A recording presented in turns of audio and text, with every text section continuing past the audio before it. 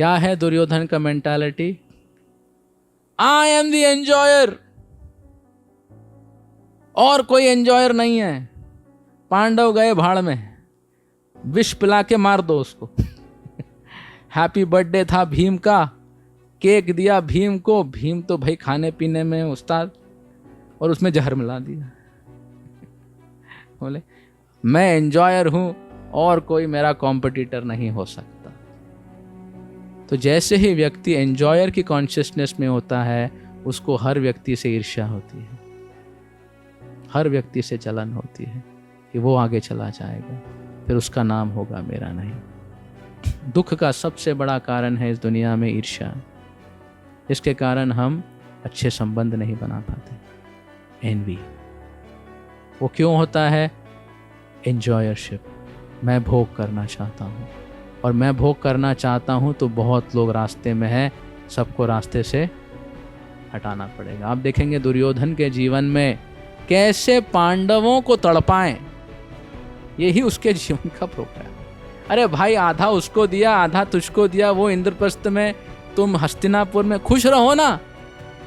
बोले नहीं, मैं खुश हूं। वो कैसे खुश हो सकते? जैसे कि मानिए पिता अपने 3 पुत्रों को, राइट, खिलौने दे, 2 2 2, और एक रूम में छोड़ दें। एक बच्चे को 3, एक को 3, सॉरी, एक को 2, एक को 2, एक को 2। एक बड़ा है, एक बीच वाला है, एक छोटा है। और जैसे ही पिता निकल गए रूम से, बड़ा आके छोटे की कॉलर को टाइटली पकड़ता है, एक थप्पड़ मारता है, छोटा आदमी तेरे को क्यों इतना चाहिए, एक छीन लेता है उससे, और जाके खेलने लगता है। और छुटकू कोने में जाके रोने लगता है, मेरा खिलौना छीन। पूरा 1 घंटे में वो कोने में ही रो रहा है, और वहां पे बड़ू जो है 3-4 के साथ खेल रहा है। वाह रे वाह वाह। 1 घंटे के बाद पिताजी आते हैं, देखते हैं क्या नजारा है। क्या देखते हैं? देख रहा है छुटकू रो रहा है और बड़े ने उसका सारा खिलौना छीन लिया। तो आपको क्या लगता है पिताजी क्या करेंगे? बड़े को गले से लगा लेंगे, उसको एक थप्पड़ मारेंगे। हाँ, मैंने तुमको 2 दिया था, इसको 2 दिया था, इसको 2 दिया था, क्यों तुम उसका ले लिए? 1 महीने तक तुमको कोई खिलौना नहीं मिलेगा, नो प्लेइंग। पर सोचिए, अगर पिता ने तीनों को खिलौने दिए और तीनों घुल मिल के अपने अपने खिलौने के साथ खेल रहे हैं, और पिता वापस आते हैं, देखते हैं कि सारे बच्चे घुल मिल के अपने अपने खिलौने के साथ खेल रहे हैं, तो पिता क्या करेंगे? उनका प्रेम और उमड़ आ जाएगा। अरे मेरे बच्चे इतने अच्छे प्रेम से, जत्न से सब खेल रहे हैं, लो एक और खिलौना एक एक ले लो। तो जब भगवान देखते हैं हम कोऑपरेट कर कर जो हमें दिया गया है उसको एंजॉय करते हैं और सबके साथ कोऑपरेट करते हैं, भगवान संतुष्ट हो जाते हैं और आपको और ज़्यादा देते हैं। The quality of your consciousness is more important then the quantity you have in your life. भगवान आपके मनोभाव को देख के आपको प्रेरित करते हैं या आपको उपहार देते हैं ताकि आपको ज़्यादा हो। जब व्यक्ति की मानसिक भावना ईर्ष्या की होती है, वो ज़्यादा रह के भी खुश नहीं रह पाता। तो दुर्योधन आप देखते हैं हर समय वनवास में चले गए पांडव। अब दुर्योधन सोचता है अरे जंगल में क्या कर रहे हैं, और वहां पे युधिष्ठिर और सारे पांडव तो संत महात्माओं की संगति में हरे कृष्णा का कीर्तन करते हुए मजे में थे।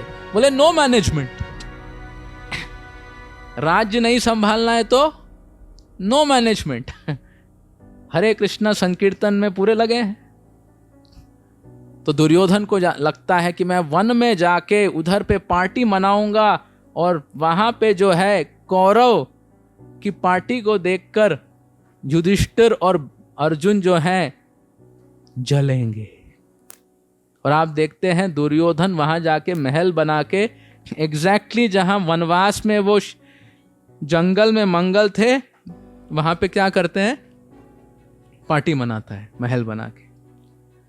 परंतु दुर्योधन इतना मूर्ख, वो गंधर्वों के एरिया में जाके अपनी सत्ता बनाता है, तो गंधर्व अफेंड हो जाते हैं और गंधर्व अटैक कर देते हैं दुर्योधन पे, और दुर्योधन को मारने के लिए पूरा उसको बांध देते हैं। आया था पार्टी मनाने और पांडवों को जलाने, गंधर्व का जो है गुलाम बन गया, और गंधर्व मारने ही वाले थे। अर्जुन और भीम एक दूसरे को गले लगाते, भैया हो गया। ये दुर्योधन इतना ईर्ष्यालु व्यक्ति, जिसको आउट हमको करना था, गंधर्व इसको टेक केयर कर रहे हैं। चलो खुशखबरी अभी युधिष्ठिर को जाके सुनाते हैं। तो हंसते हुए खेलते हुए अर्जुन और भीम, हमारे कार्य को किसी और ने संपन्न कर दिया करके युधिष्ठिर भ्राता को कहते हैं, भ्राता श्री, गेम ओवर। बोले क्या हुआ? दुर्योधन को गंधर्वों ने पकड़ा है, आज ही बलि है शाम में। और युधिष्ठिर पूरा दुखी हो जाता है, अरे दुर्योधन तो हमारा भाई है, उसके साथ ऐसे कैसे हो सकता है?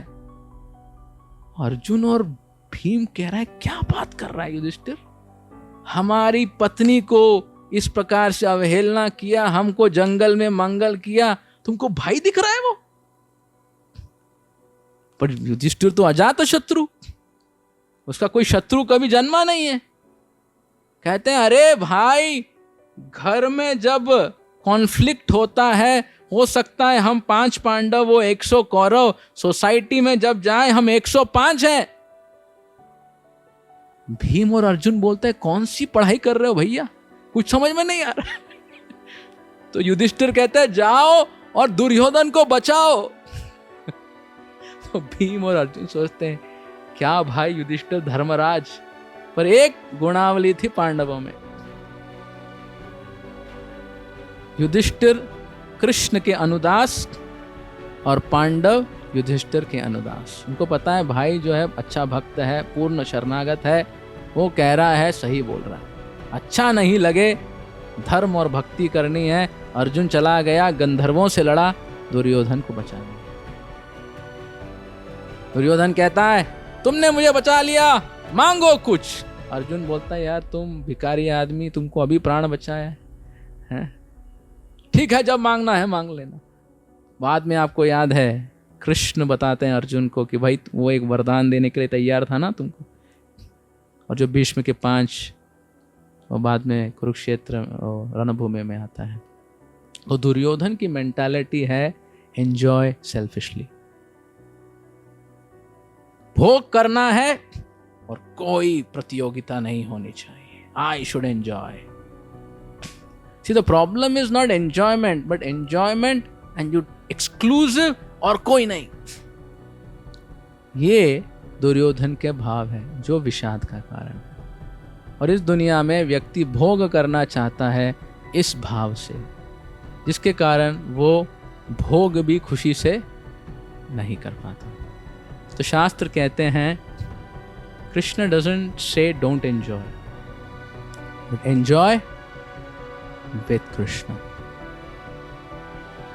ये समझ के कि ये भगवान के रॉ मटेरियल है, भगवान की रिसोर्स है, और मैं भगवान को अभिवादन देते हुए हर चीज़ को सेवा अनुरूप, जैसे कि हम कुछ खाते भी हैं तो पहले भगवान को नैवेद्य देते हैं, और जब भगवान स्वीकार करते हैं फिर सब परिवार उस पर टूट पड़ते हैं प्रेम से।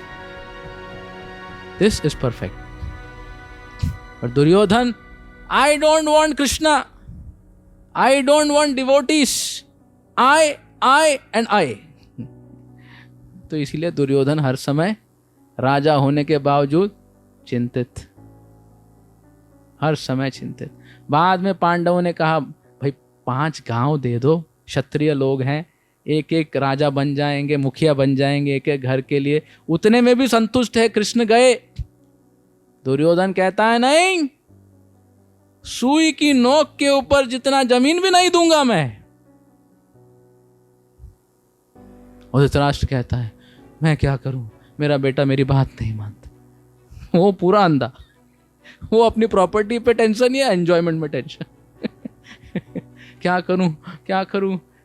दुर्योधन बोलता है, बेटा मत करो, पिताजी आप मुझे ना कहेंगे तो मैं आत्महत्या कर लूंगा। दुर्योधन कभी आत्महत्या करेगा? सबकी हत्या कर रहा है। देखिए नहीं नहीं बेटा, तेरा कुछ नहीं होना चाहिए, जो करना है कर। और पांडवों के ऊपर आक्रमण। कृष्ण स्वयं आके समझा रहे हैं, ना दुर्योधन को समझता है ना पिताश्री को समझता है। भगवान कहते हैं भाई तुम लोगों को बचाने के लिए कितना चांस देता हूं मैं तुमको, बारंबार आके समझा रहा हूं, पर्सनली आके काउंसिल कर रहा हूं, समझते ही नहीं। अब क्या करें, लातों के भूत बातों से नहीं माने, तो युद्ध होगा ही फिर। We thought we will share, but you don't want. तो हम अपने जीवन के निर्णय के अनुसार अपने जीवन की स्थिति बनाते हैं। ये धृतराष्ट्र की और दुर्योधन की मेंटालिटी है। धृतराष्ट्र प्रोप्राइटरशिप, दुर्योधन एंजॉयरशिप, भोग। पर भोक्ताराम कौन है? भगवान। We are supposed to enjoy with him, right? इसलिए घर का नाम भी हम क्या रखते हैं? गोविंद विलास, गोविंद भवन। ये भगवान का घर है, ये भगवान का मंदिर है, और हम यहाँ पे उनके दास, उनकी सेवा में। लाइक दैट वैदिक culture is centred around understanding principles.